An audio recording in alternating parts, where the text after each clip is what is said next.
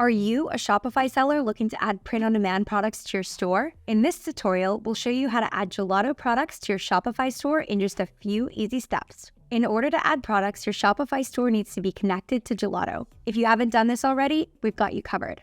You can watch a video on how to do this here or in the description below. If you've already connected, then you're ready to get started. First things first, head over to your Gelato dashboard and select your Shopify store. Then click on Create Product and choose a product from our catalog that you want to sell.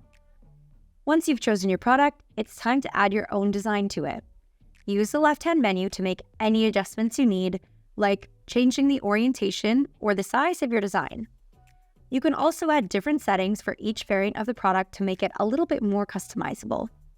Next, choose how you want your product to be displayed in your store. Gelato offers several mockup options that make your designs look stunning and realistic. Providing high-quality mockups is key to driving sales in your store.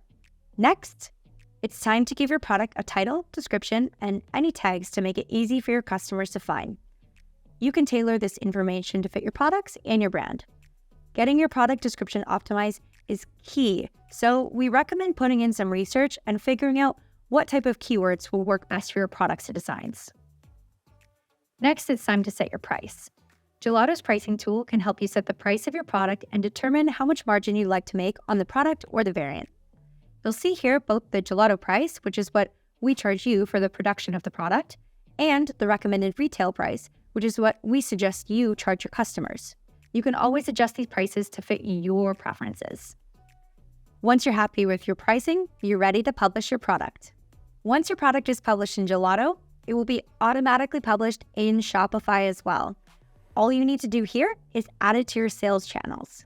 By default, your online store will be selected as the primary sales channel, but you can also add it to additional channels here, such as to Instagram or Facebook.